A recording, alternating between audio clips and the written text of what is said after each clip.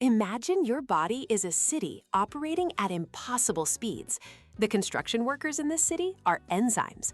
Without them, every single chemical reaction required for you to live, breathe, and think would slow to a crawl, and the entire city would fall silent within seconds.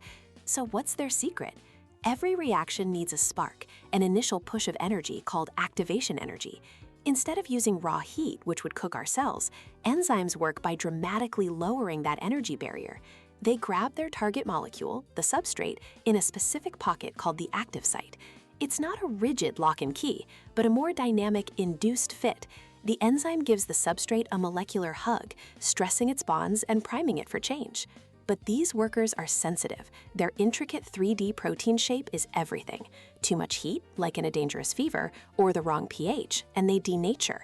They unfold, lose their shape, and their active site is destroyed. They effectively quit.